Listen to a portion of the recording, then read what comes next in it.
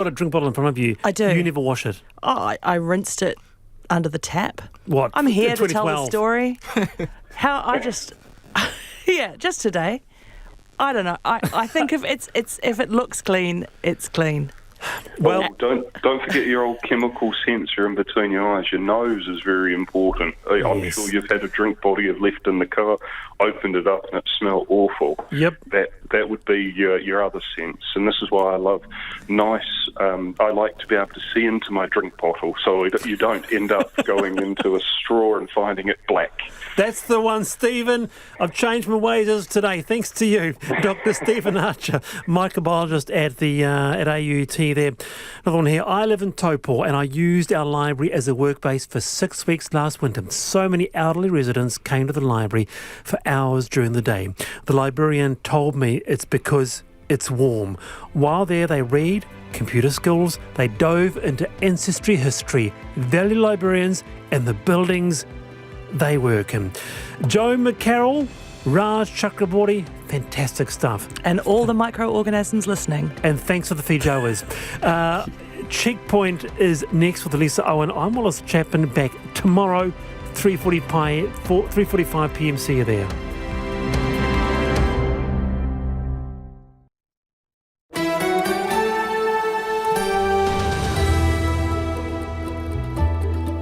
Kei te whakarongo mai koe ki te reo irirangi o Aotearoa. This is Checkpoint on RNZ National. I'm Lisa Owen. Haere ake nei, have you heard? Scott Robertson, aka Razor, is the new All Blacks coach. So is everyone breakdancing with joy? Will have reaction. It is a hard landing for Emirates. The airline's forced to pay thousands over business class seats that weren't that classy after all. And speaking of travel, how can Auckland cut its car use by 20%? Barricades are up around the Manhattan courthouse as chatter grows that Donald Trump is about to be charged. And it ain't all bread and butter. Today the PM was chowing down on a steak and cheese pie. Did someone say election year? Whoa, watch out for baby kissing next. You can watch us live on RNZ's website, Facebook or Freeview Channel 50. RNZ News at 5 o'clock. Kia ora, I'm Marama Tipole. Scott Robertson has been named as the next All Blacks coach. Robertson will take over the role from Ian Foster after this year's Rugby World Cup. Felicity Reid reports. The Crusaders coach was a popular choice to step up to become the All Blacks coach after previously being overlooked for the role. Robertson will begin his new job in 2024 and hold the role until the end of the 2027 Rugby World Cup. Assistant coaches will be announced in coming months. Foster opted not to reapply for the job, saying he didn't like the way the appointment process was handled. It is the first time New Zealand Rugby have named a new All Blacks coach ahead of a Rugby World Cup, which will be coached by someone else. NZR CEO Mark Robinson says Robertson brings an incredible track record of success. A Pacific climate activist says there's no time to wallow in despair over the climate. That sentiment is echoed in a new latest UN Intergovernmental Panel on Climate Change report released overnight.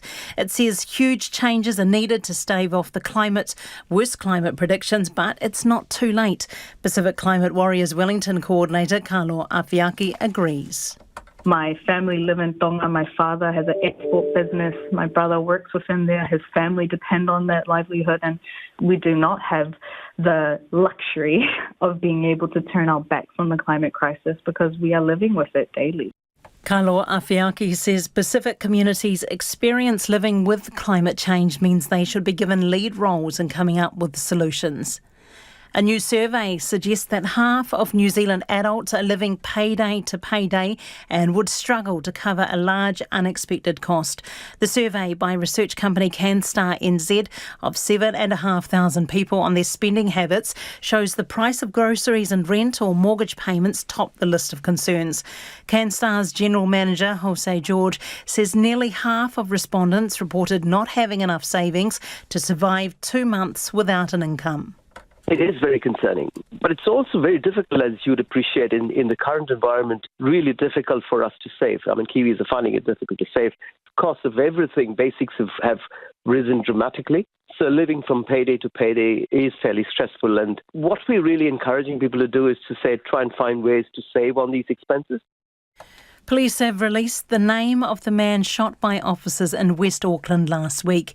David Lolier Jr. Whanonga was shot by police after attempting to rob a cash and transit van at a Henderson gas station on Friday. The 26-year-old was taken to hospital in a critical condition and later died. Police are appealing for anyone with photos or video footage to get in contact. A Clutha district farmer says the rain from this morning's wild weather was just what the parched area needed.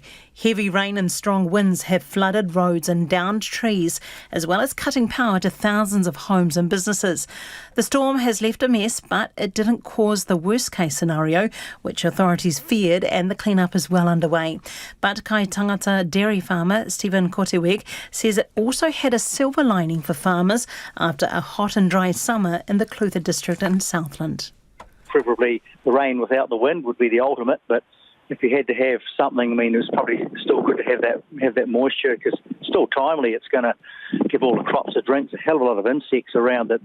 That wash in the wind will be a good help for blowing the aphids and that off. People on Wellington's south coast are being advised to move their cars away from the seaside, with waves expected to reach 4 metres this evening. Met Service has issued a heavy swell warning for Wellington and Wairarapa, stretching from Cape Te Rāwhiti to Mataikona. The Wellington Region Emergency Management Office says anyone driving or walking along coastal routes, particularly those that have been hit in the past, should be wary of surface flooding and debris. Central Wellington residents should get their water back early this evening after an old pipe burst this morning at the intersection of Jervois Quay and Hunter Street. 2 northbound lanes on Jervois Quay are closed, along with the intersection with Hunter Street. Drivers are asked to avoid the area. It's 4 minutes past 5. In sport, newly announced All Blacks coach Scott Robertson says his appointment to this role has been years in the making. Robertson will begin in 2024 and is contracted through until the end of the 2027 Rugby World Cup. The champion Crusaders coach believes he'll bring a different approach to Ian Foster, who'll remain with the team until the end of this year's World Cup in France. The way I look and view the game will be different. The way of create the culture is going to be different, and the game might be totally bit different. So there's going to be a natural innovation with just the different ways we look at the game. Foster is currently overseas, and NZR CEO Mark Robinson couldn't confirm if the incumbent coach knew of the new appointment before Robertson's announcement. Black Caps coach Gary Steed says the time is right to split the head coaching job in two, between test and limited overs jobs, but whether he'll be part of such a setup is unclear. Steed's been in the job for 5 years, having succeeded Mike Hesson in 2018, and his current contract, looking after the Test 1 and T20 sides, expires in November after the World Cup in India. Steed wants to stay on in a coaching role, but just what that role will be is now under discussion. Deep down, I am a traditionalist and I love Test cricket and what that brings, but there's something exciting about the short form game as well. I think the modern game is becoming very, very tough for players and for coaches to try and sustain everything across that whole period of time, and New Zealand Cricket and I are definitely talking about that as an option. And that's the news.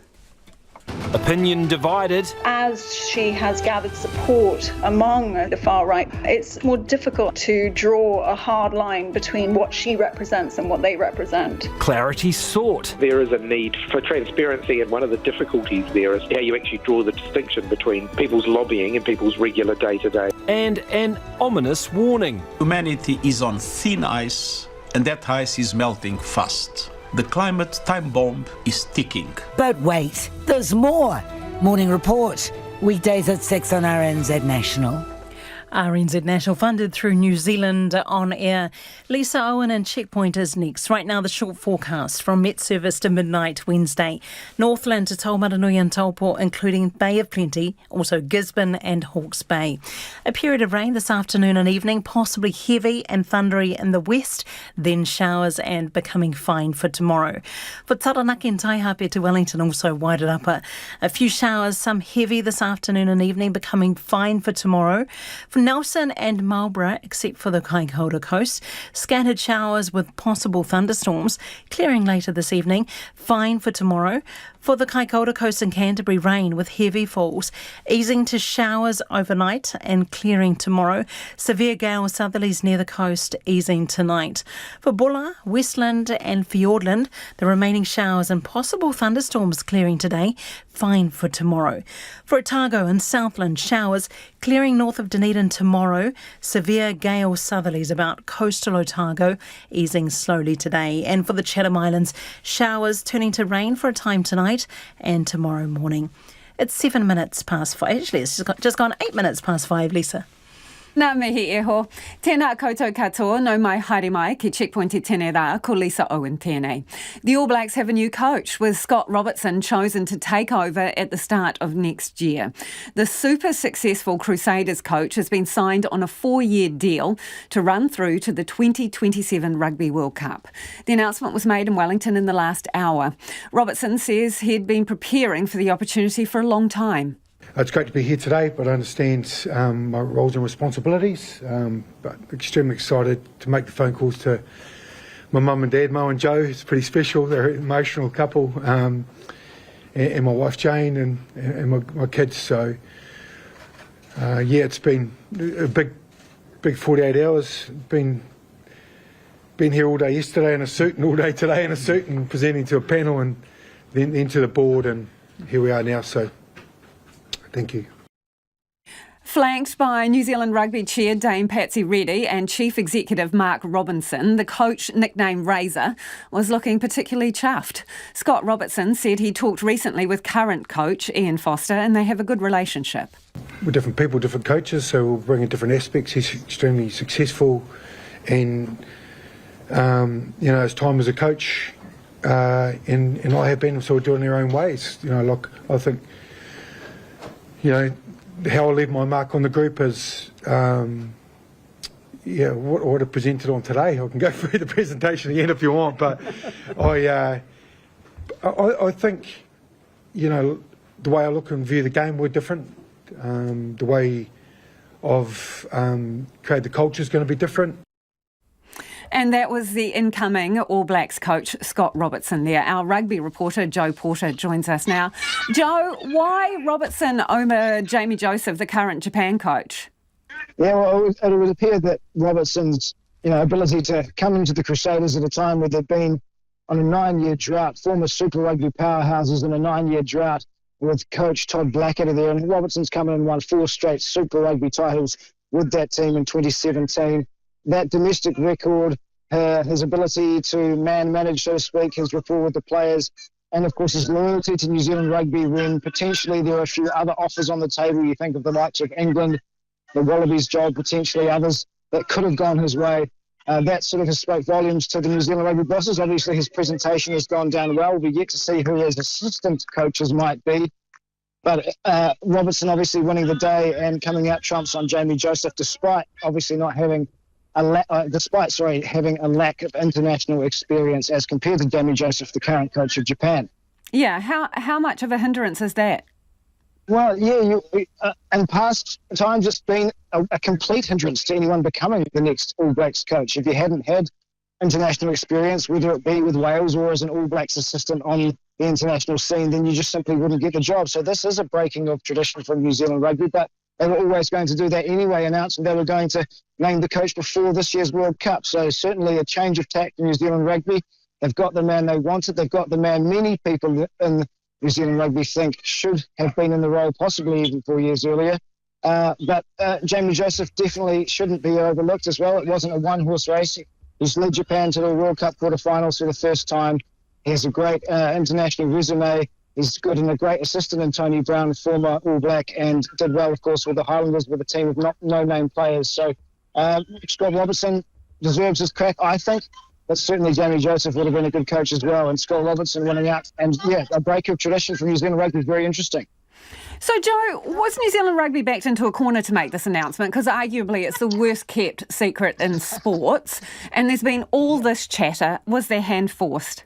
Oh, absolutely it was. But, you've got to rip that Band-Aid off. Once Scott Robertson had sort of, possibly muddled his lines a little bit during that Crusaders press conference and suggested that there was an announcement imminent from New Zealand Rugby, and then of course they came out and backtracked and said no, that's not quite the case. No doubt he got a slap on the wrist for that, but it really put the New Zealand Rugby in a position where Ian Foster was unhappy. He then had to come out and do media, which he did off his own accord. It wasn't through New Zealand Rugby, to say that he was unhappy with the way the process was unfolding. So they had to rip that Band-Aid off. There were too many people that were frustrated by what was going on. They needed to give both those parties, Ian Foster, the current coach, and whoever the next coach was going to be with the All Blacks, some clear air to, I guess, clear the room, get it all done before this World Cup really starts to get into full swing. Otherwise, it was going to prove an ongoing distraction for whoever it was coming in, and of course Ian Foster and his team. And Scott Robertson's reaction today at the press conference, Joe? Yeah, pretty chuffed, as you can imagine. He probably thinks it's third time lucky after, of course, applying in 2017, earlier on, after Steve Hansen moved on after the 2019 World Cup and being overlooked at Ian Foster. Then, of course, he was put on standby last year when the All Blacks had a terrible run, losing to Ireland in the series in New Zealand before, of course, that lost to South Africa. Ian Foster saving his job with that miraculous win at Ellis Park and having the backing of senior players. So Robertson could think it's probably the third time he's come around for this process, and he's lucky to get it. But also he probably thinks he deserves it. It sounds like he's ready to make a real change within that environment and move away from whatever Ian Foster's been doing, listening to the audio you played before. So, yeah, it could be some interesting times for New Zealand Rugby. He's certainly a man that leaves his own mark on things. He does things his own way. We've seen that before. And so it could be quite a sort of, I guess, a change of direction for New Zealand Rugby after what have been some fairly conservative appointments in the past. Joe, there was this slightly awkward moment at the press conference when people asked whether Ian Foster had been informed of the decision, and he's obviously offshore at the moment. I mean, where does this leave him? We're in this funny period of time where he is going to the World Cup, but we know who the new guy is. Yeah, like he's probably, rolled his eyes at the news. He no doubt knew it was coming. He has made it fairly public that he didn't like the way the process was being handled, and he would much rather it be done till after the World Cup. He then ruled himself out of applying for the job before the end of the World Cup. But look, it leaves him in this position. It leaves him in the position where he goes into this World Cup having many a doubter, many a critic, having people think that he possibly should have been, Scott Robertson should have been chosen 4 years ago. So Ian Foster goes into the World Cup with not a lot to lose, to be perfectly fair. The All Blacks aren't number one in the world. There's probably not a whole lot of confidence around the country that Ian Foster has what it takes to get this job done. But if he can lead the All Blacks, and they're one of 6 teams that can probably win this World Cup, if he can lead this All Blacks team to a World Cup title, he walks away a king, an unlikely king, with plenty of international offers on the table where they no doubt pay more than the All Blacks do anyway. Good to talk to you, Joe. Thanks for joining us. That's our rugby reporter, Joe Porter. It is 5:15. Do stay with us. You're listening to Checkpoint on RNZ National, and we'd love your views on that. Is Scott Robertson the right person for the job, and is it the right time for the announcement? 2101 on text, or you can tweet us at Checkpoint RNZ. A short, sharp storm has brought widespread disruption to the South Island. Roads have closed due to flooding or trees being downed. Power was cut to thousands of homes and businesses, and on the west coast, a tornado caused chaos in Greymouth. Timothy Brown has more. Kaitangata dairy farmer Stephen Korteweg says he knew there was an issue when he got an early morning phone call today. They're not normally ringing and say, are you having a good sleep? It's normally, what are you doing? Can you come down for a minute? Because, I don't milk every day.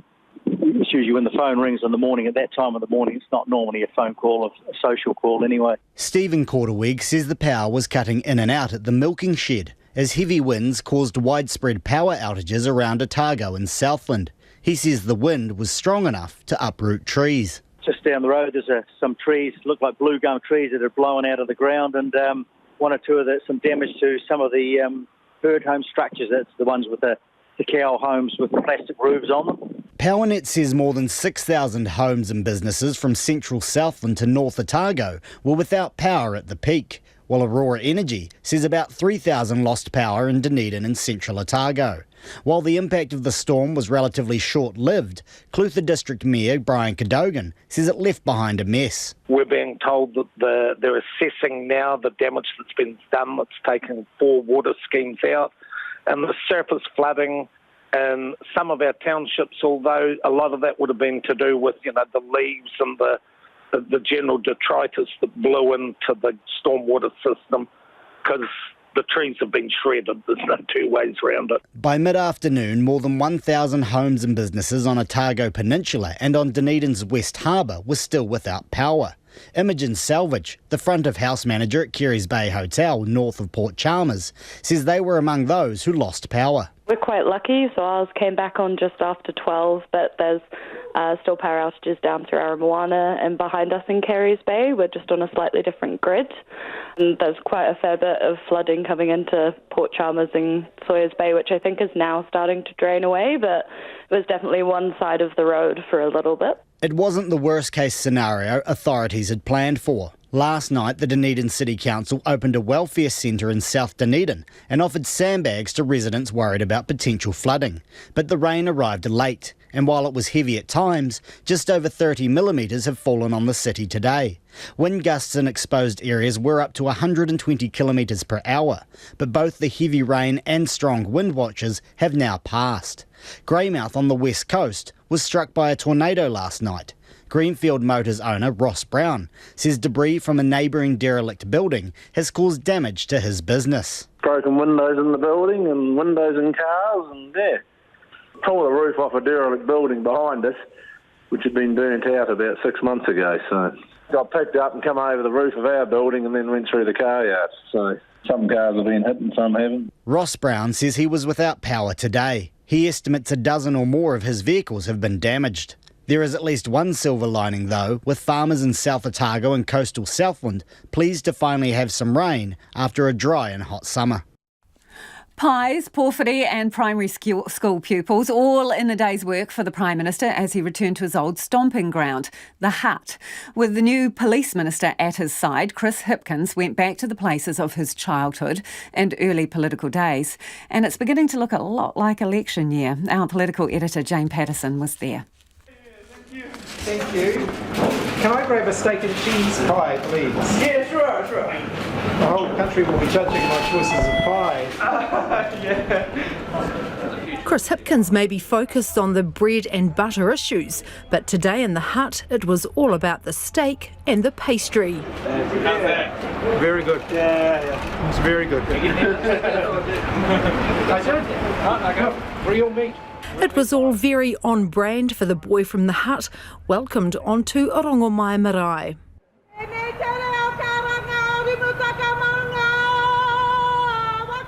The marae was the first place he visited when selected as a Labour Party candidate 15 years ago.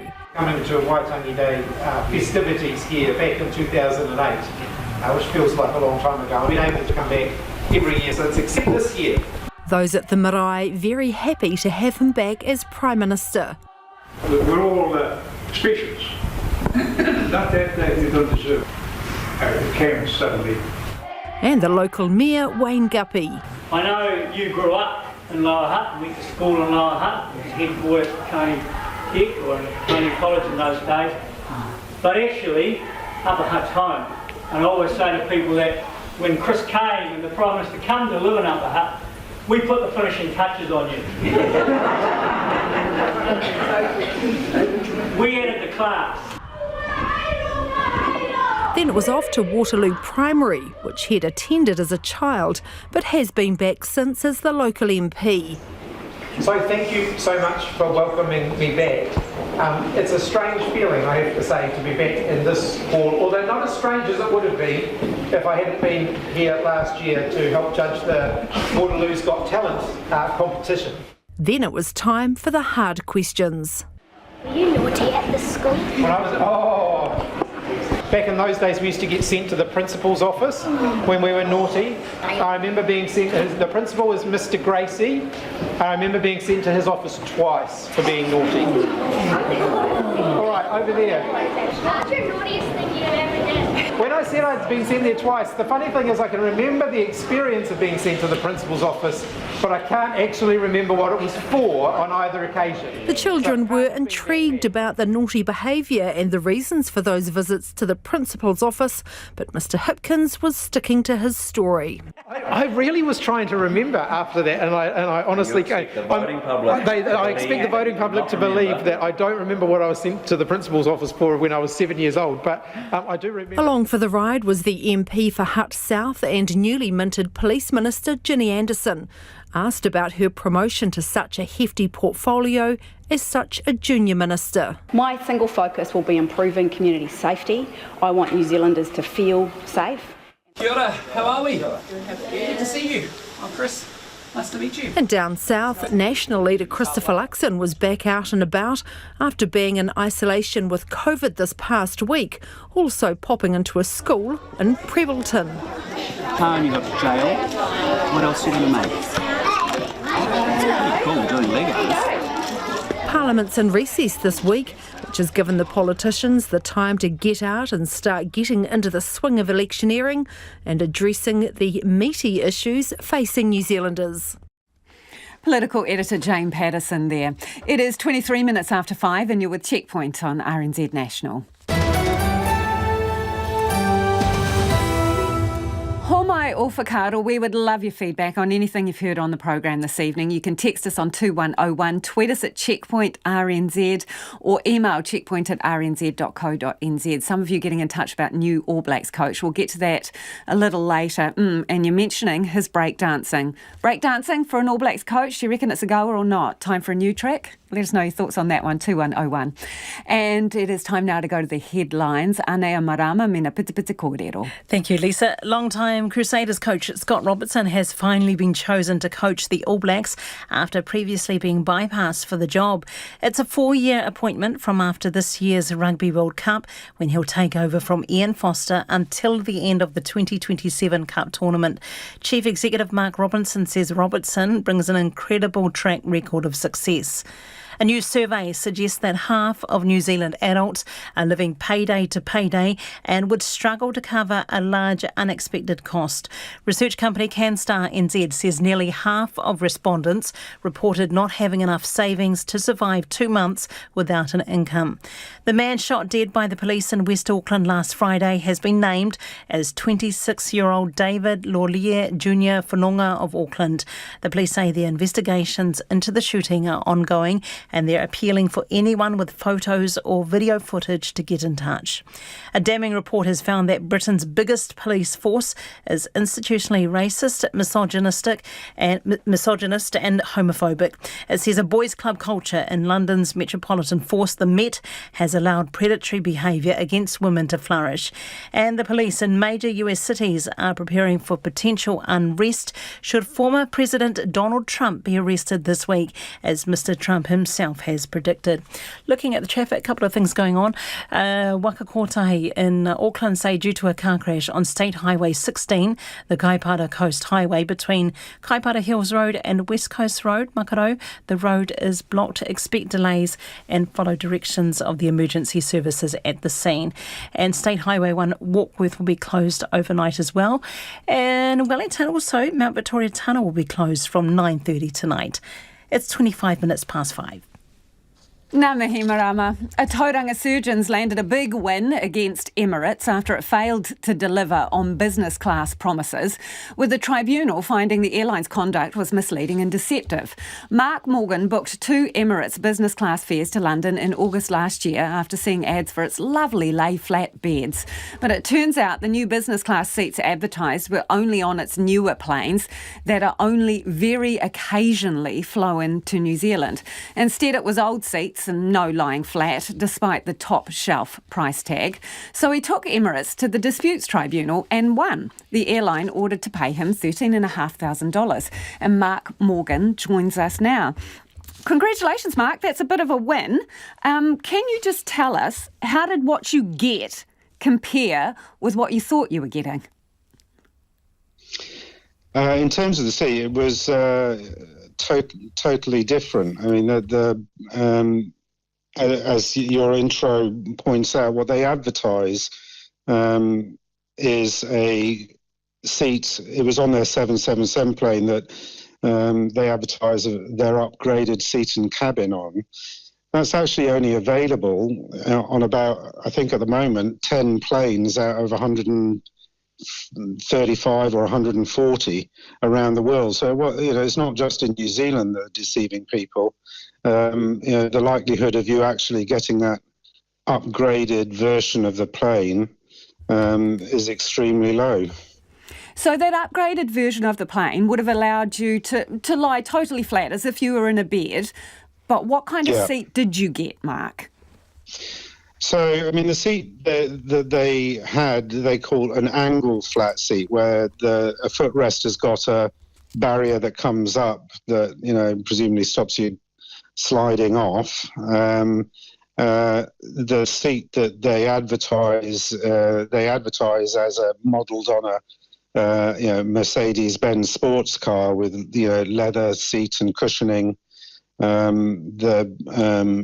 The seat that they advertise got more leg room than the seat I got, and the cabin of the oldest. I mean, it must have been one of their oldest versions of the planes. Didn't even have USB ports, which I think is indicative of the age of the plane, because virtually any other plane I've ever been on, no matter what cabin you're in, has connectivity and USB ports at the very least to charge, whether it's an iPad or whatever.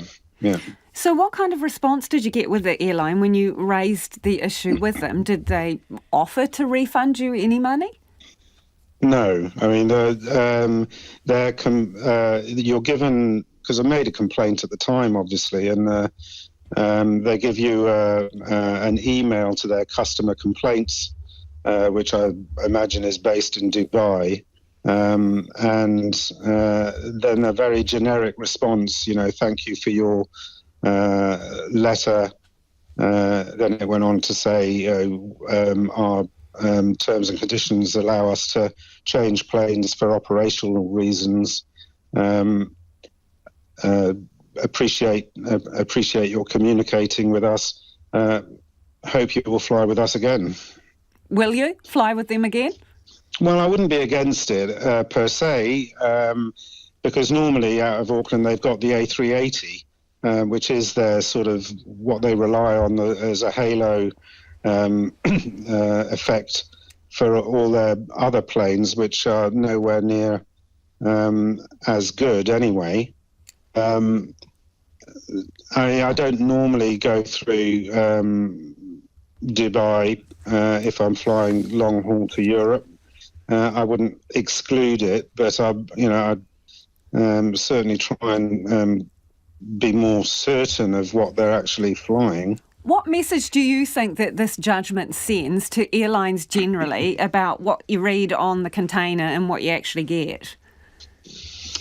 Well, I think, I don't know that Emirates are unique. I think every airline probably advertises its, what it sees as its premium product, most upgraded version.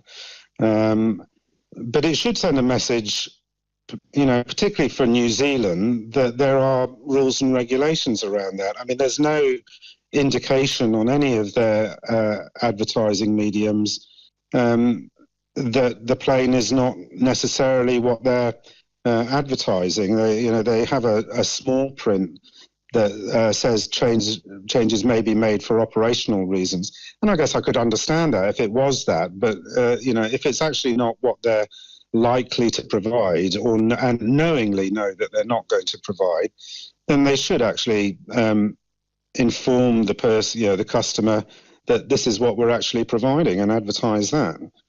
Really appreciate your time, Mark. Thanks for joining us. That is Mark Morgan, who took a successful case to the Disputes Tribunal against Emirates. He won. They've been ordered to pay him $13,500. And that's because the business class seats, well, they weren't that classy after all. They were the old seats, not the new ones. Really interested in your thoughts on that. 2101 on text. Tweet us at checkpointrnz. Have you ever booked a seat on an airline that doesn't measure up to what they claimed it was? The marketing and advertising is often pretty glossy. What about the reality? Let us know your thoughts. You are getting in touch about Razor, the new All Blacks coach. This person says, I hope New Zealand Rugby have a clause in Razor's contract ruling out break dancing. What do others think? Nona's saying, We'll get to Nona in a minute, but she seems to agree with that. Another person says, agrees. Breakdancing? No. A degree of gravitas is needed, having lived in the Pacific and seen rugby there. I feel like it would trivialise a very important part of their life, says Jenny. Another person says, what a disastrous announcement. Not even the UK soccer teams announce a new manager until the old one goes. And not even the courtesy in ensuring Foster was officially told before these idiots announced it in public. Just terrible PR. Next, they'll be working as lobbyists to the government. That one from Ross. Yep, at the press conference, they said they weren't 100% sure whether Ian Foster had heard the announcement yet, and he was probably waking up in Paris when he would find out. 2101 on text. Add your voice to the conversation there. It is 28 minutes to 6. Kia amo tonu mai. You're listening to Checkpoint on RNZ National. It's time for the business news. Ko taku hoi in INA, ko Nona Peltier. She joins me in the studio. Nona, not a fan of breakdancing? Not really, no. Okay, all right then. Let's move on to heightened concerns about the security of New Zealand's supply chain. Why is there more concern? Maersk, which is a very important shipping company here in New Zealand, is, with very little notice, cancelling its coastal service. It was called Coastal Connect. And it's been running less than a year, and it was really to address some of the issues that we were having with what they call blank visits, I guess, where ships are supposed to be coming in, but they don't. And we've seen that over the COVID period. There were a number of sailings missed, so freight was being left on the ports and so forth. So this was supposed to address that issue. Now they've decided to scrap that service and extend or upgrade their Trans-Tasman service, which is called Polaris. But the Maritime Union is not happy. They're saying that that will lead to greater costs, and of course there are going to be job losses. They thought there would be between 36 and 38 staff made redundant, but Maersk said no, it's going to be 60, but they're going to work with the union to see how they can redeploy those people. They're saying that it wasn't a cost-cutting exercise. The idea was really to improve the service for New Zealand exporters. It remains to be seen how that's going to work. The Maritime Union on one side of the fence, Maersk on the other. And Nona, mortgaged consumers are feeling the pinch and cutting costs. Obviously, we're seeing interest rates go up. There's a bunch of mortgages that come up for refixing before the end of the year. What are people cutting back on?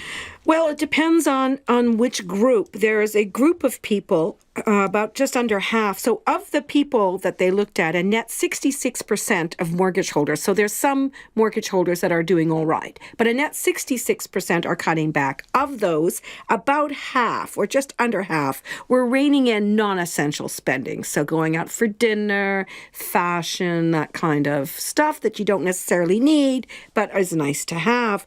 However, 21%, so that's 4 out of 5 of those were cutting back on things like essentials, including groceries, electricity, and phone usage. So that for that group, it's a little bit more serious. And savings, of course, what you've set aside for a rainy day is also a bit stretched at the moment. But I thought what was really interesting in this survey was the difference, the changing attitude of younger New Zealanders. So the 30 to 40-year-old group appeared to be suffering the most because they've just given up the dream of home ownership altogether. It said about nearly half, 48% of people under the age of 30 consider themselves to be first-time buyers in 2021.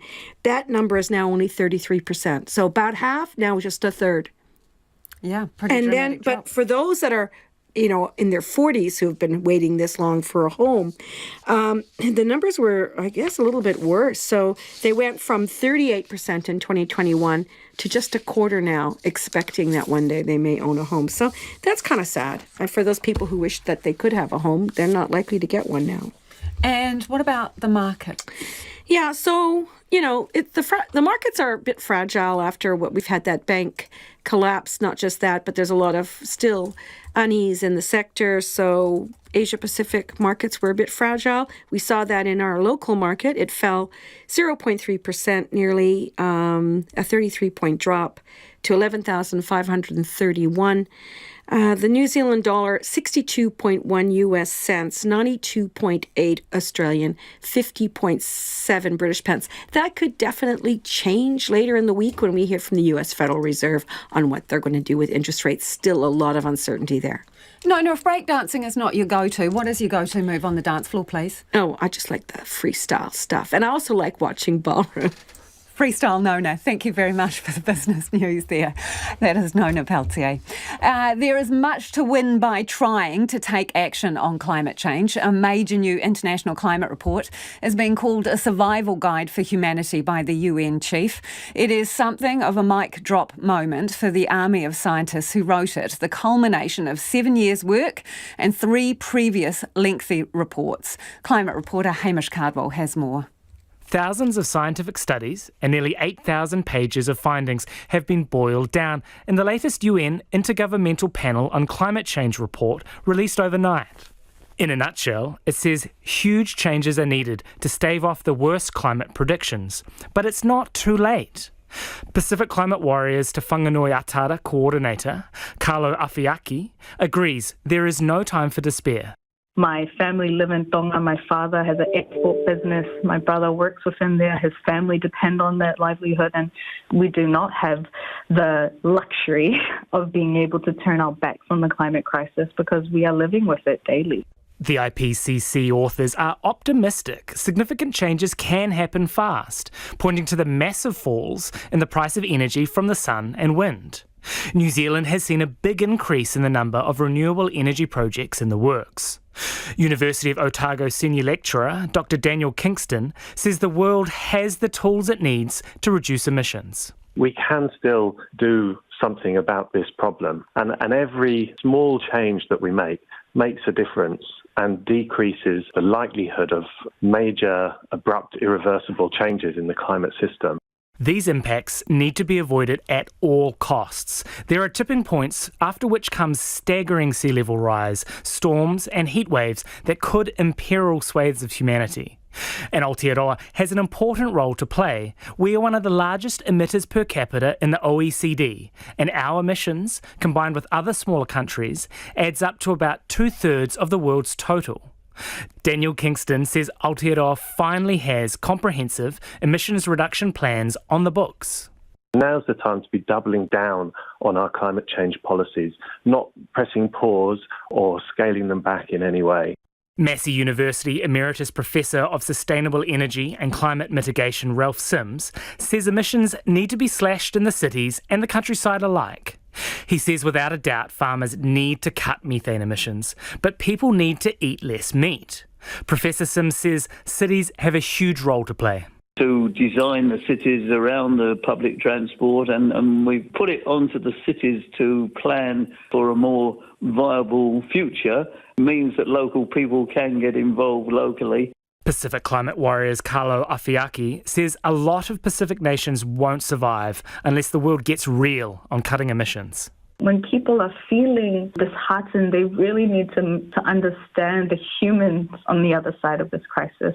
It's easy to be deterred by numbers, by the science, which isn't always positive, but you have to also remember that this is happening to someone. The scientists have done their part. There likely won't be another report like this until the end of the decade. It's now time for the government and for all of us to act. Okay, a message for all the people trying to get home in Auckland this evening. Auckland Transport says there's heavy congestion which is causing delays to bus services across much of Auckland. It says delays between 10 and 60 minutes have been observed and the delays are expected to get worse. They say that is across much of Auckland, these delays to the bus services. If you are out and about and you are waiting for a bus or on a bus in congestion, can you please text us and let us know what the situation is out there? 2101 on text, or you can tweet us at Checkpoint RNZ. Keen to know what route you are on as well, your bus number, and how long you've been waiting. Was the bus full? Did it pass you by? Let us know the details. We're really interested in what's going on. It is 19 minutes to 6 and you're with Checkpoint on RNZ National.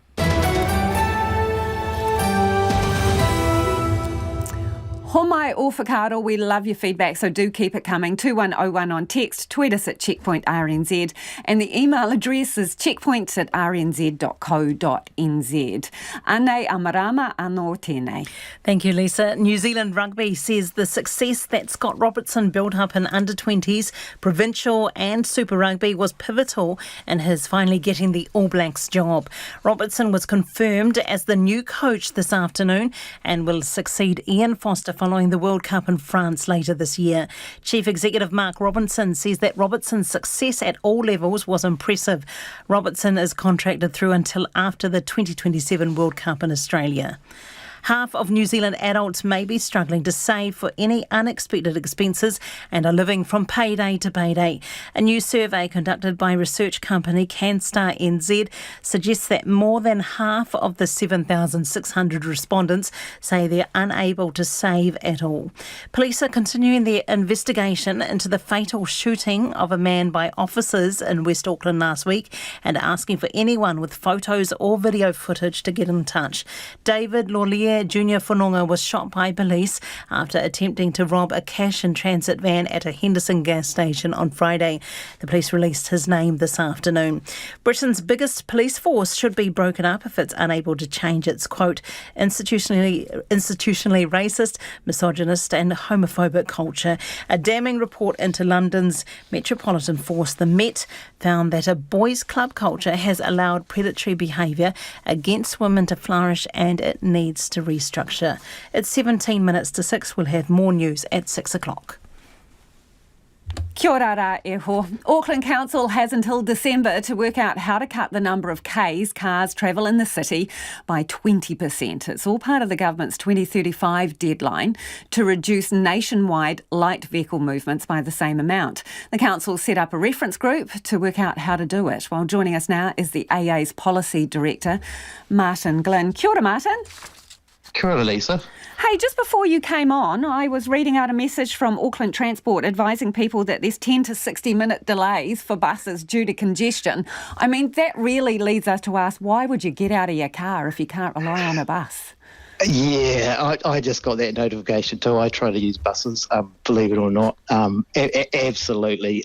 These kinds of things, I mean, the plan's long term, but now's not the time, is it? The whole public transport system is really on its knees. So, the goal itself, to reduce the number of Ks travelled by cars in the city by 20%, is it a good goal? I think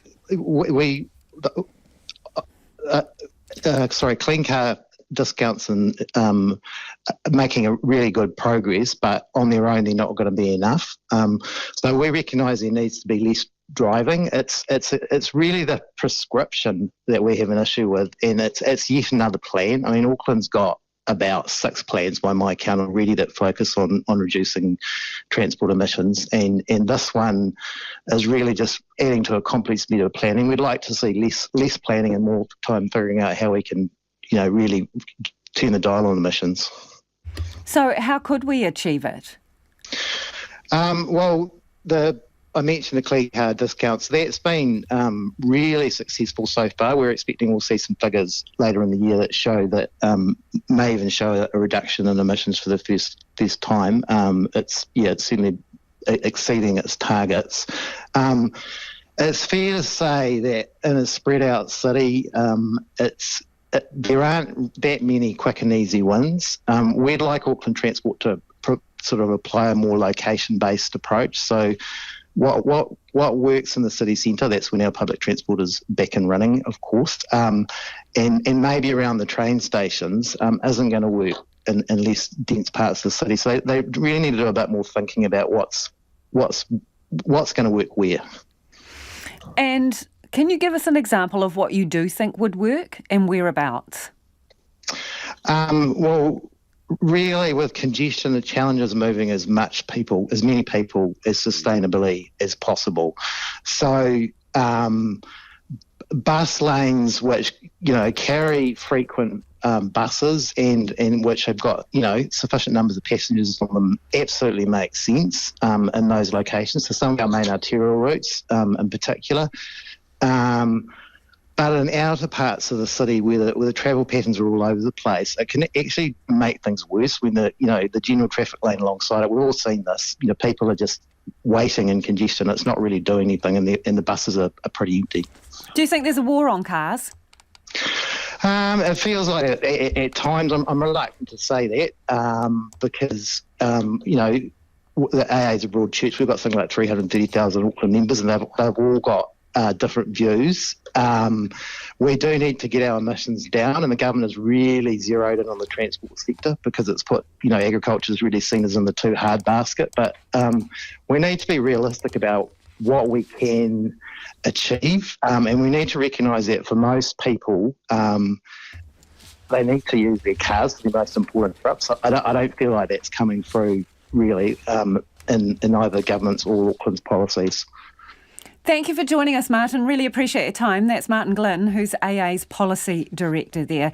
Now, sticking with the topic of transport and getting around, a lot of you getting in touch about the situation out on Auckland streets in particular. AT has put out a notice saying delays with buses due to severe congestion, and some of those delays could be 10 to 60 minutes, and they're expecting it, to get worse.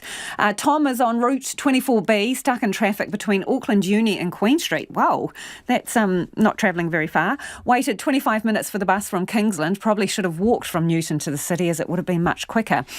We're also hearing that Wellington seems to have a bit of traffic gridlock too. You're asking for information. We are checking now, and we'll come back to you on that. More than one person has said that. Buses are apparently at a standstill. Another person says it's all traffic, not only buses.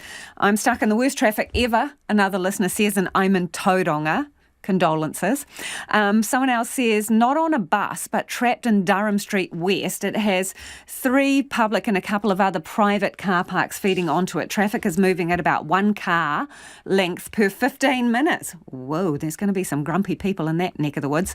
The earlier announcement associating rain with these delays is inadequate. The road should still work. I have called 105 and police say pretty much nothing they can do. The economic loss and cost is massive. 2 hours to get home. I'm interested, if it's taking you 2 hours to get home, what would it normally take? 2101, get back to us on that one. And we'd love to hear more from you about whereabouts you are and what's happening with the traffic there.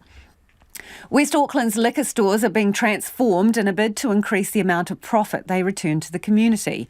The Trust-owned stores are set to become Liquorland or Super Liquor franchises in a move the Trusts say will increase the choices available to customers. But an action group opposed to the Trust's monopoly over liquor sales says it's just one small step in the right direction. Tom Taylor reports. Thirsty Liquor and Big Barrel, Glengarry's and Cheers Liquor. This multitude of liquor store brands disappears in Auckland's western suburbs to be replaced by the blue and green signage of the West Auckland Trusts. With very few exceptions, the Trusts own and operate all liquor stores west of Waterview.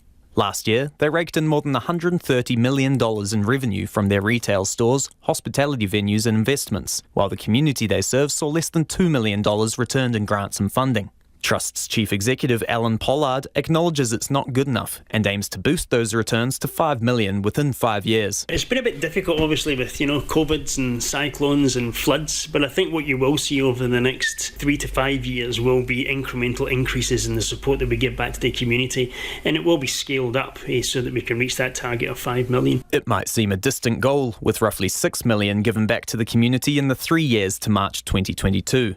But Mr Pollard says steps are being taken to deliver it, beginning with the conversion of all Trust's liquor stores to Liquorland or Super Liquor franchises. He says the savings speak for themselves. Reduced marketing costs, procurement will be superior, the procurement terms, branding costs that we'll save.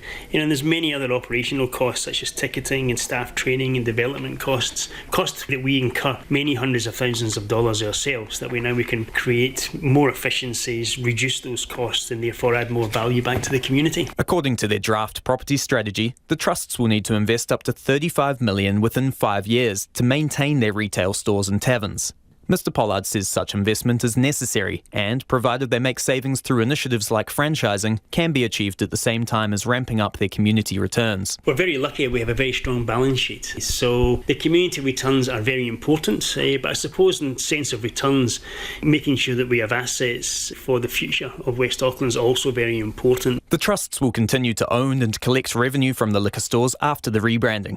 It's one of the few decisions made by the Trusts that the West Auckland Licensing Trusts Action Group, or WALTAG, actually agrees with. WALTAG was established in 2018 with the goal of dismantling the Trust's monopoly over liquor sales.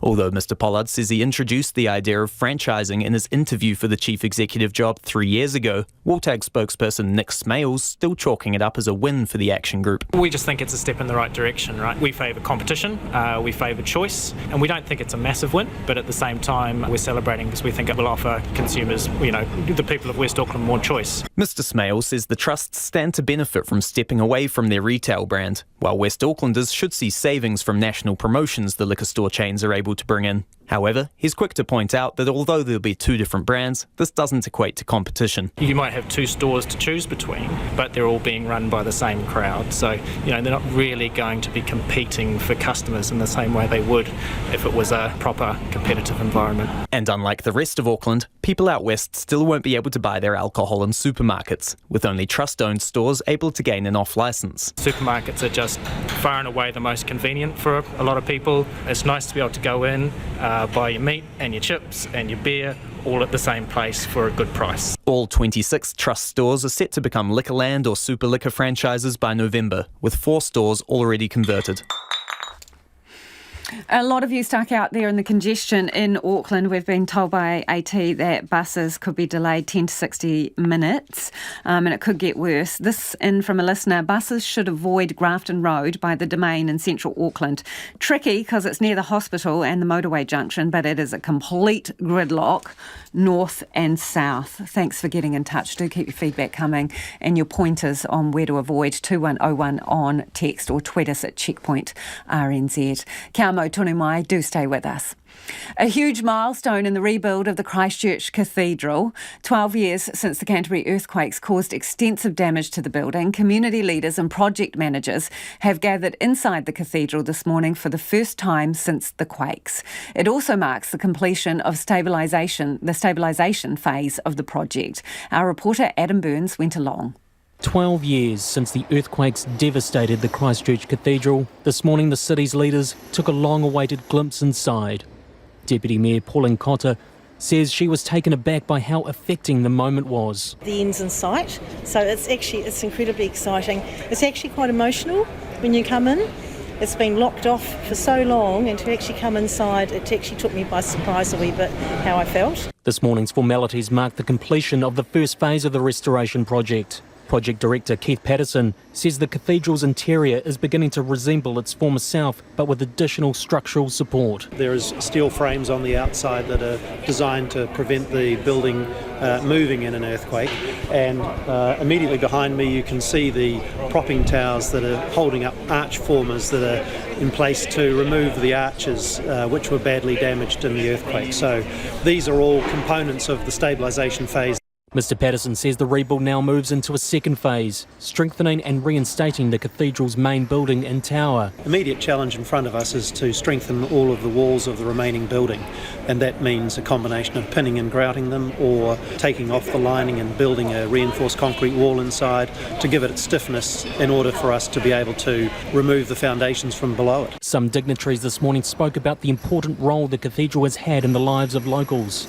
Chair of the Christchurch Cathedral Reinstatement Project, Mark Stewart, says the project is a once-in-a-lifetime commitment. I personally have had a lot of time in this cathedral over the years. I've sung in this when I was young. We've had family celebrations in here. My father's funeral was in this building. We've had christenings and all that sort of thing. So not only, as a Christchurch citizen do I feel it's important, it's also really important to us as a family. Minister Megan Woods, who previously held the Christchurch Regeneration portfolio, attended this morning's proceedings.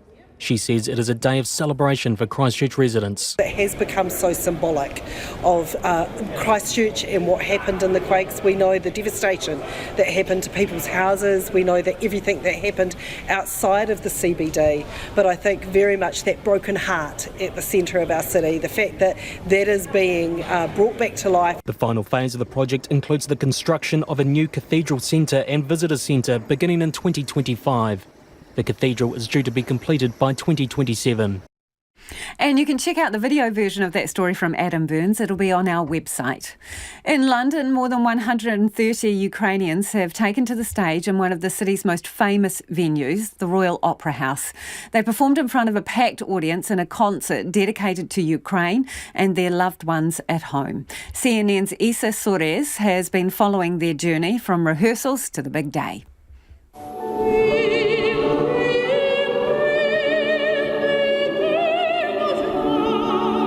Why my land, they sing. Each word a haunting loss that fills the room with pain and longing.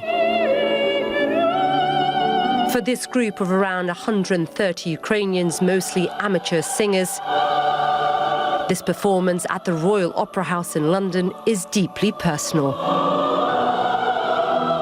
It has taken over 2 months of rehearsals and hours of fine-tuning to get to this point. For members like Olga, who was forced to flee from her hometown of Irpin after Russia's invasion, this is an opportunity to be part of a new community in a new country. It's huge support for me. It's huge support and feeling that I'm not alone and that I united with people, with the different people. We are together. These songs now offering a connection to home and a reminder of the many lives lost. More than 360 Ukrainians applied to be part of this project for what originally supposed to be just 45 spaces. I think it's that sort of sense of coming together as only music making can, is bringing out a lot of emotion. Those selected to perform were from all age groups, but mostly women. Men more likely to stay behind and fight on the front lines. Natalia's husband is one of them. She tells me he's currently fighting in Bakhmut, one of Ukraine's fiercest battlegrounds.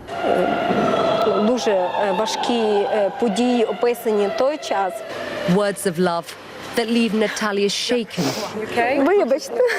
and longing to be home. Well, it sounds like it's a real congestion soup out there on the roads of Auckland, at least. A lot of you texting in. This listener says horrific traffic.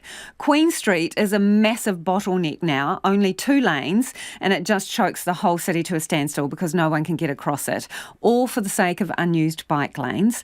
Another person says more than 1 hour so far, getting from Parnell to Titirangi, 20 kilometres. Google saying 45 minutes to go and it's getting worse. So that will be an hour 45 trip in one direction if it doesn't get worse. Insane, this person says. Someone else is saying driving home, left East Tamaki at 3:30, getting to Albany now. Wow. Worst for a long time, they reckon. Someone else says Monday 6:30am Silverdale to the city took 2 hours 45 minutes. And another person reckons that there are cars backed up inside car parking buildings, 3 or more floors. That can't be healthy with them all idling, I wouldn't imagine.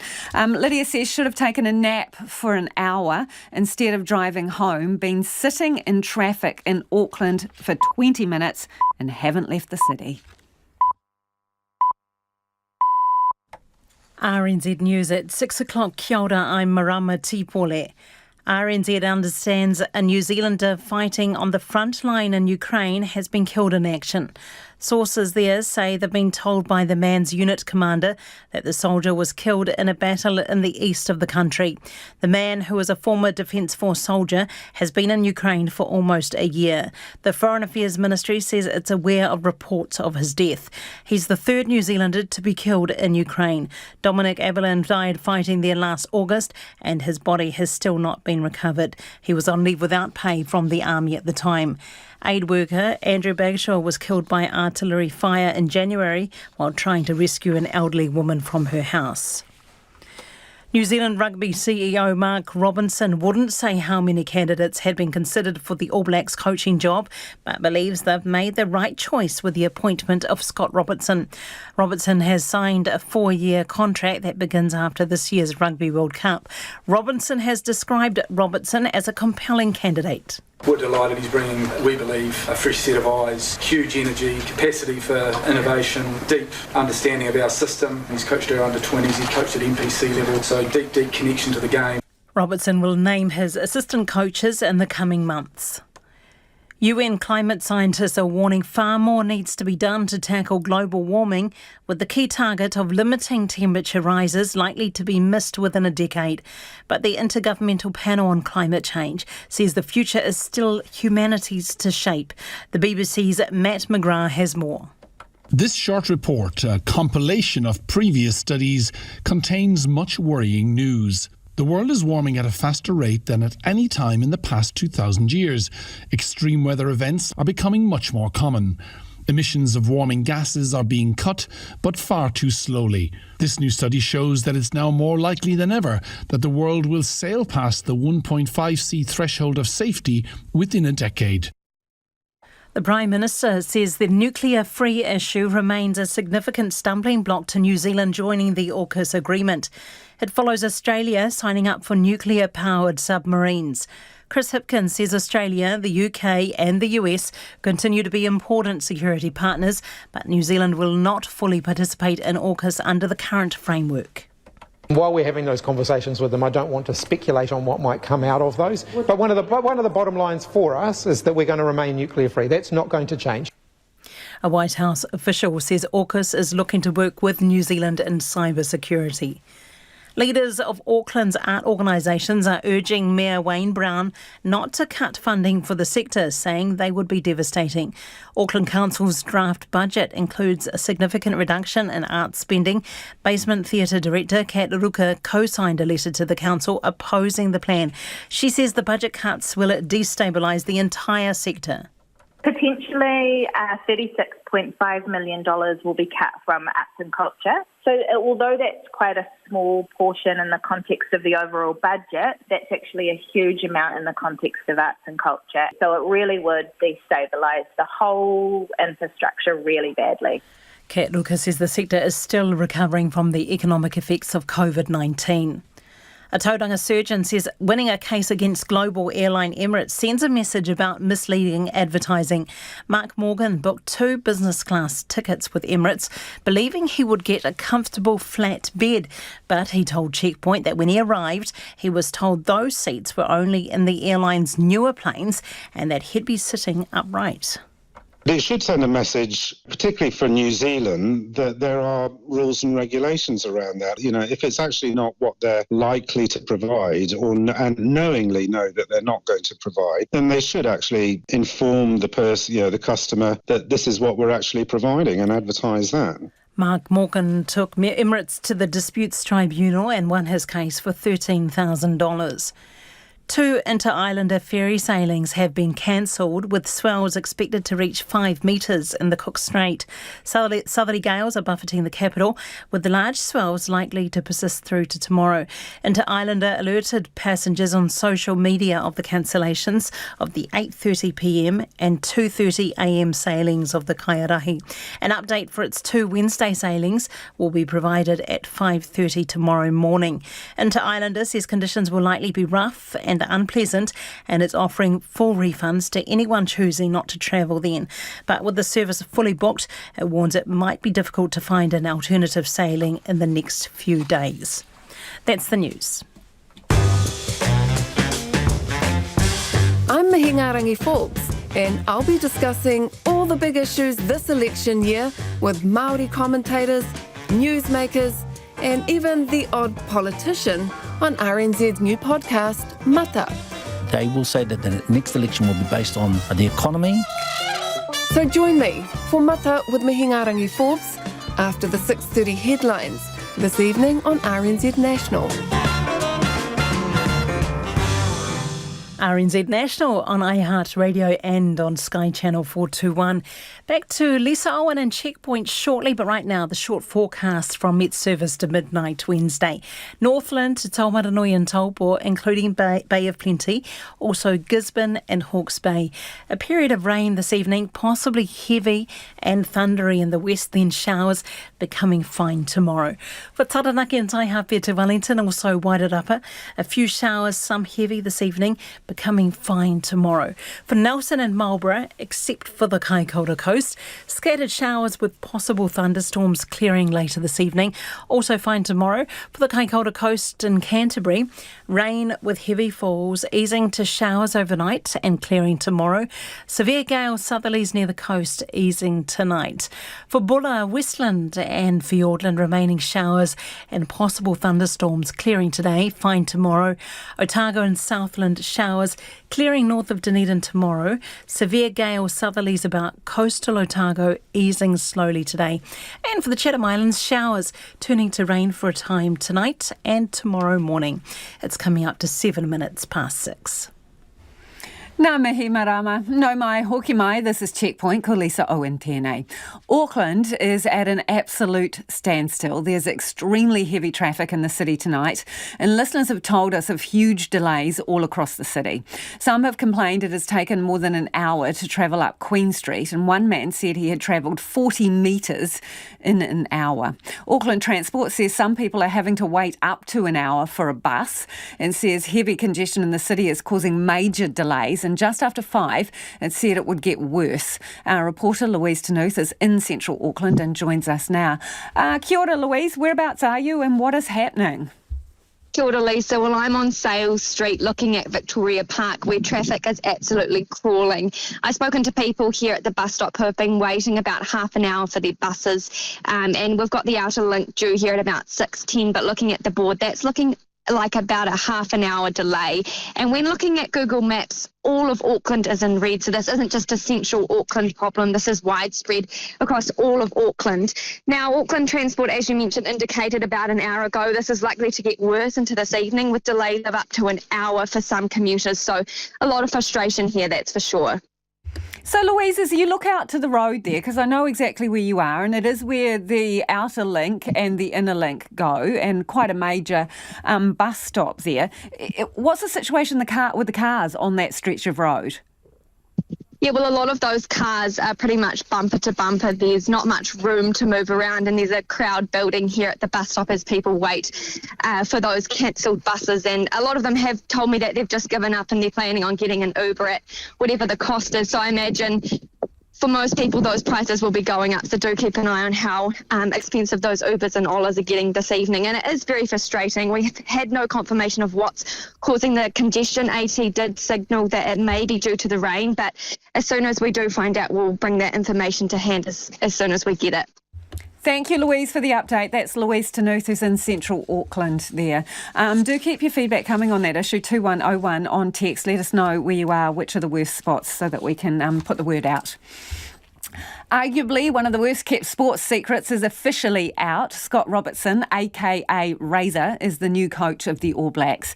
New Zealand Rugby made the announcement this afternoon with boss Mark Robinson saying a fresh set of eyes and huge energy were some of the reasons for choosing the highly successful Crusaders coach. He wouldn't reveal how many candidates made the shortlist, but he says it was a contested process. The 4-year deal will see Robertson take the ABs to the 2027 Rugby World Cup. The current coach, Ian Foster, will be finding out about his replacement when he wakes up in Paris. Well, joining us now is former All Blacks coach, Laurie Mains. Hi, Laurie. Is Scott Robertson the right choice? Oh, absolutely. He's the most successful super coach that there has been in New Zealand's rugby history. He seems to be able to get not just the best out of his players, but the best out of his coaching team around him. I think undeniably he has proven himself that he's worthy of this job. In the past, you quite like Jamie Joseph, right, as a potential front runner. So you think Scott's better choice than him? I do. I mean, yes, Jamie Joseph would be more than adequate. He would be a very good All Black coach. But you cannot deny the success that Scott Robertson has had. And as I mentioned, he brings on other coaches, but he brings on young players. How many new players have been introduced into the All Blacks that he's picked up as nobodies and turned them into great players? It's just, he's got it all there. But look, while I'm on this, I would like to say one other thing. Hats off to Dame Patsy Reddy, who has got her teeth into this and made some decisive action and accurate action to get this process over and done with long before the upcoming World Cup. So now the All Blacks can concentrate solely on what they have to do, and that is win a World Cup. Do you think that's down to her, do you, Laurie? I think very clearly that Dame Patsy has had a lot to do with the decisive action. We weren't seeing much decisive action before she became chair. And yes, as a rugby fan and a person who's been involved in that level of rugby, I think I see a lot of decisive action from her. Do you reckon she's giving them a bit of a shake-up? Because they've had some awkward moments, especially in the lead-up to this announcement. Yeah, I don't know about a shake-up, but I think she's improved the processes and being decisive herself. The chair of these sort of boards can make things happen as quickly as they want to. And I just see very, very good signs. OK, so Scott Robertson, what do you reckon his weak spot is? Well, you tell me. Lack of international experience? I have not seen one. I have not seen one. See, there's another... You don't buy into that, Laurie? The lack of international experience doesn't bother you? Well, how else do you get an All Black coach? Super Rugby is international experience.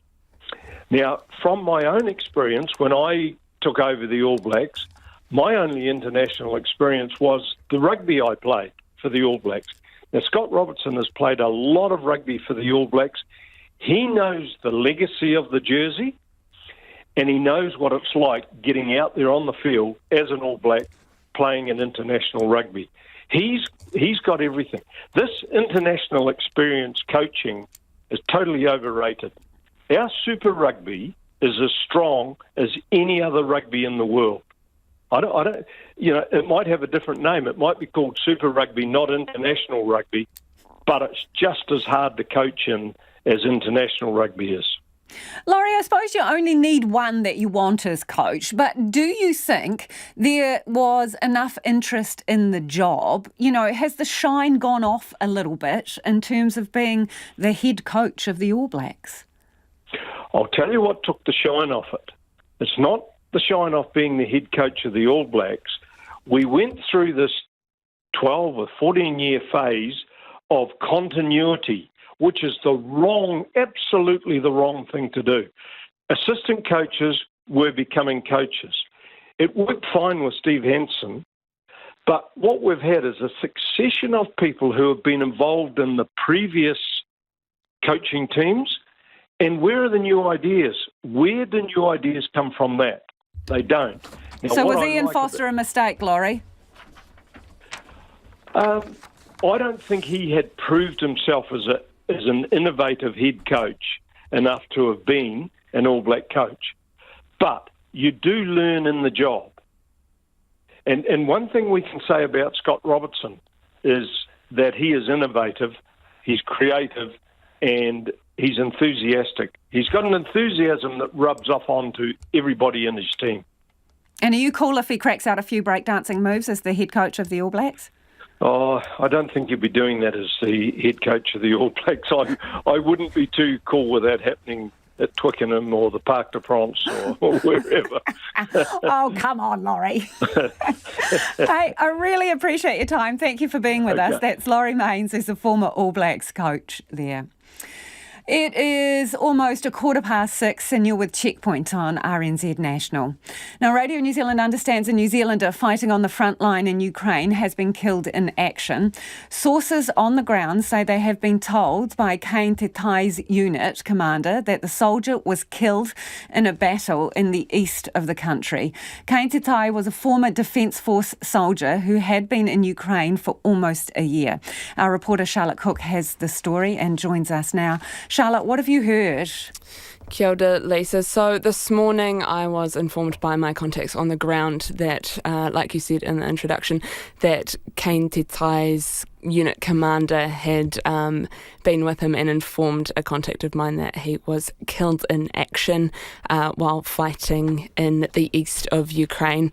It's been a day of trying to confirm that, have to reiterate that none of this has come through official ministry channels, but there is a process for this kind of thing, as we saw with another New Zealand death where the death gets reported to the Foreign Legion and then it is worked through in an administrative process to ensure that the whānau knows. So what do we know about Mr. Te Tai? Kane Te Tai was a 38-year-old New Zealander from Auckland. He did about he left the Defence Force in 2010, and he was very passionate about the job that he was doing and the mahi that he had set out to achieve in Ukraine. Had been there since April, so coming up on a year, and he was sort of the go-to man for New Zealanders who were inquiring about what they could do in Ukraine and what help they could give. He was the person that people would go to set up a unit or to join a legion. He was the man that knew everything. And Charlotte, can you just put this in a little bit of context for us in terms of the other deaths in New Zealanders over there, and also around potentially the recovery of his body? So this is the third death that we have seen from New Zealanders in Ukraine. The first was in August. Dominic Aberlin, who was actually a really good friend of Kane Tetsai. They served in the same unit together, and he was someone that worked really hard to get his mate's body back. The second death was Andrew Bagshaw, a humanitarian worker. In January of this year, he was reported missing for about 12 days and was found dead, killed by artillery fire as he was in Bakhmut in Soledar, trying to get an elderly woman out of her home, which had quickly become the front line.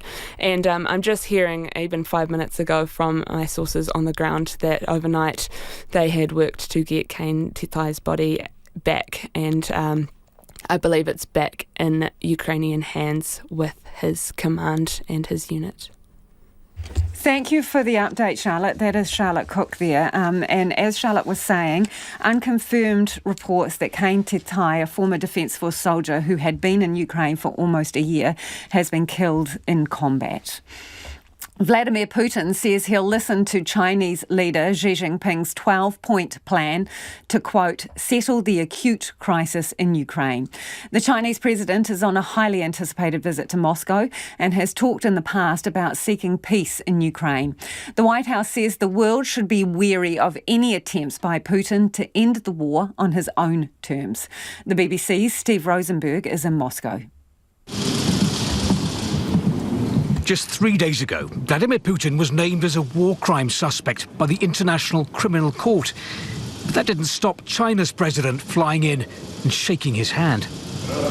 Putin and Xi have met many times before, but never before has Russia's president been under such pressure. His war in Ukraine not going at all according to plan. Xi Jinping called Vladimir Putin his dear friend, his strategic partner. The Kremlin leader said they would discuss China's peace initiative.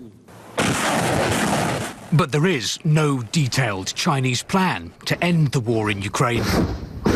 What Moscow would like from Beijing is lethal aid to help it win. Beijing's been reluctant to provide that to prevent secondary sanctions against Chinese companies. But it has been supplying dual-use technology, like semiconductor chips, that the Russian military can use. The Kremlin also wants to expand trade with China. With Russia under heavy international sanctions, economic ties with Beijing are proving a lifeline. If you burn bridges with the West, as Vladimir Putin has, what do you do then? You look east. That's exactly what the Kremlin leader has done.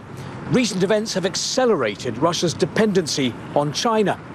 Putin and Xi may speak about mutually beneficial cooperation, but Beijing looks increasingly like the senior partner. But Moscow hasn't just partnered with Beijing.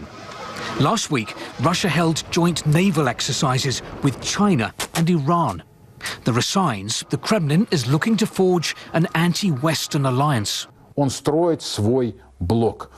Putin is building his own bloc. He doesn't trust the West anymore. He's looking for allies and trying to make Russia part of a common fortress with China, as well as with India, Latin America and Africa. Putin is building his own anti-Western world. Now, with Xi Jinping here, Russia can claim that it's not isolated, that Moscow has powerful allies who view the world through a similar lens, that it doesn't need the West if it has friends in the East. But experience shows China always puts China first. And some of your feedback now, getting lots of information from you about what it's like out on the roads of Auckland. Very congested this evening. People are parking up their cars, it seems. This person says, I've left my car parked in Durham Street West at 5 p.m, 1 hour, 12 minutes to get to the end of the street. Let's think of some solutions. More orange cones, an endless set of projects crippling the city. Jilly from Waihike's got in touch and says, so Mayor Brown, how about you read the room and leave the libraries alone and fix Auckland traffic?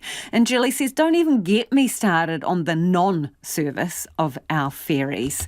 Not great out there, and potentially long waits, particularly for buses. AT says delays up to an hour, and that was just after 5 o'clock. A new scientific report has found there's no time to lose in tackling climate change. The UN chief, Antonio Guterres, is calling for action on all fronts to stop the Earth's temperature rising above a dangerous level. The major new study presented in the Swiss Alps says the world has all the tools it needs to tackle the problem, but isn't using them effectively. The BBC's Justin Rowlett reports. Storms, floods, heat waves. All these weather extremes are likely to intensify as the world continues to warm, UN scientists warned today. Extremes like flooding. Their report was published at a UN conference in the Swiss town of Interlaken.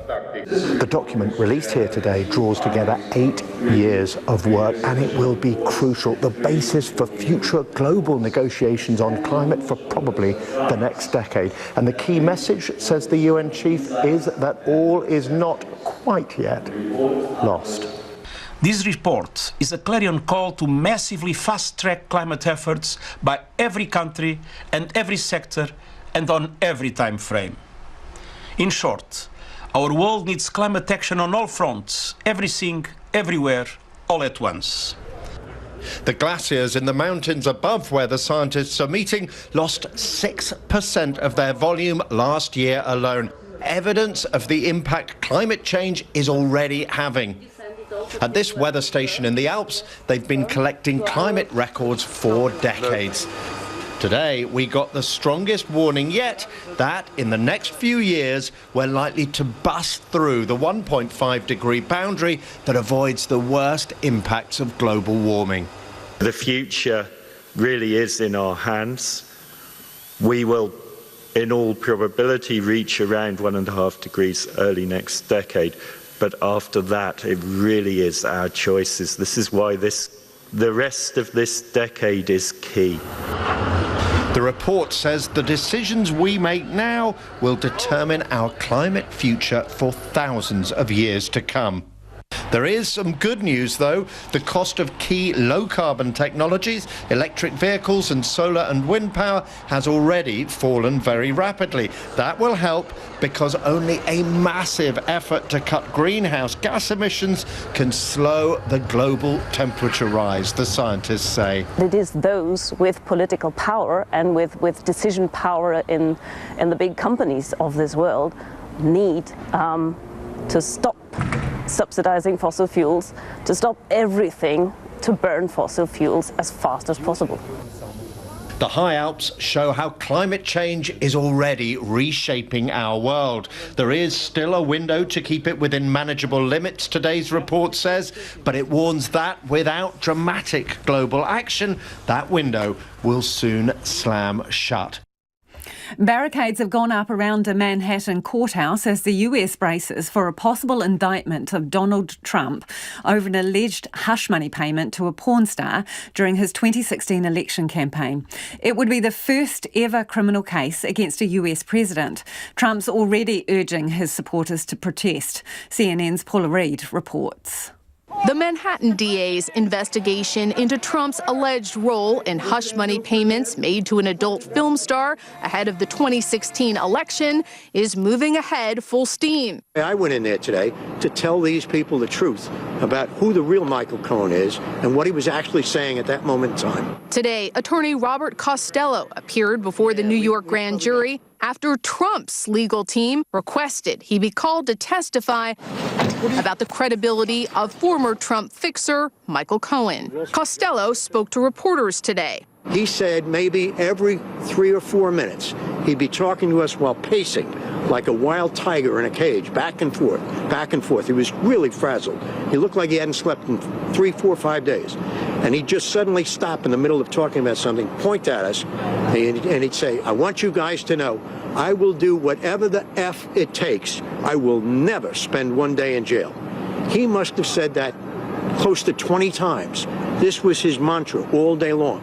Costello previously represented Cohen, who, according to a letter the Trump team sent to the DA, waived attorney-client privilege. Cohen, who has met with the DA's office 20 times and appeared before the same grand jury twice, is a key witness in this case, which centers around a $130,000 payment to adult film star Stormy Daniels to silence her about an alleged affair with Trump. She was paid by Cohen in the final days of the 2016 campaign. Now, almost 7 years later, the grand jury is looking at crimes that include whether Trump falsified business records when reimbursing Cohen for that payment. Cohen was sentenced to jail time after pleading guilty to campaign finance charges stemming from his involvement in the payments. This case is not going to be predicated on any one individual, but rather it's going to be predicated on the documents, the evidence, the text messages, the emails. On Truth Social over the weekend, Trump predicted he would be arrested Tuesday and, in an echo of January 6th, called for his supporters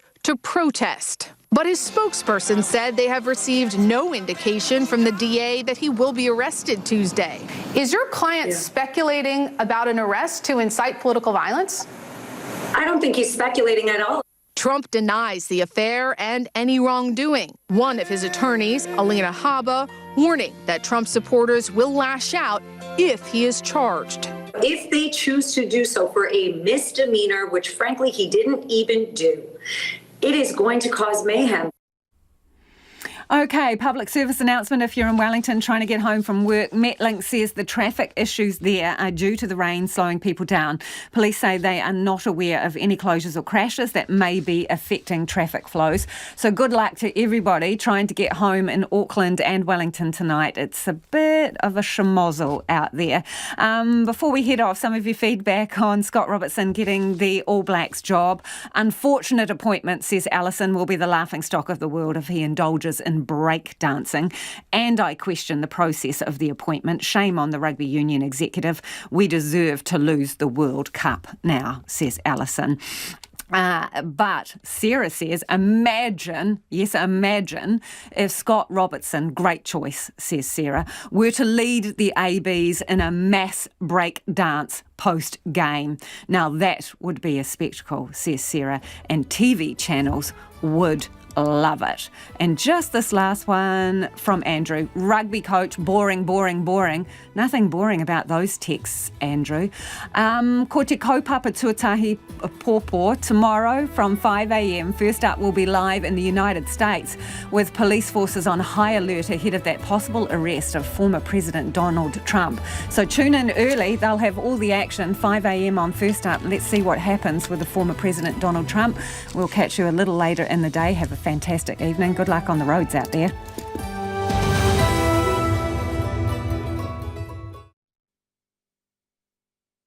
RNZ News headlines at 6:30. RNZ understands a former New Zealand soldier fighting on the front line in Ukraine, Kane Tetai, has been killed in action.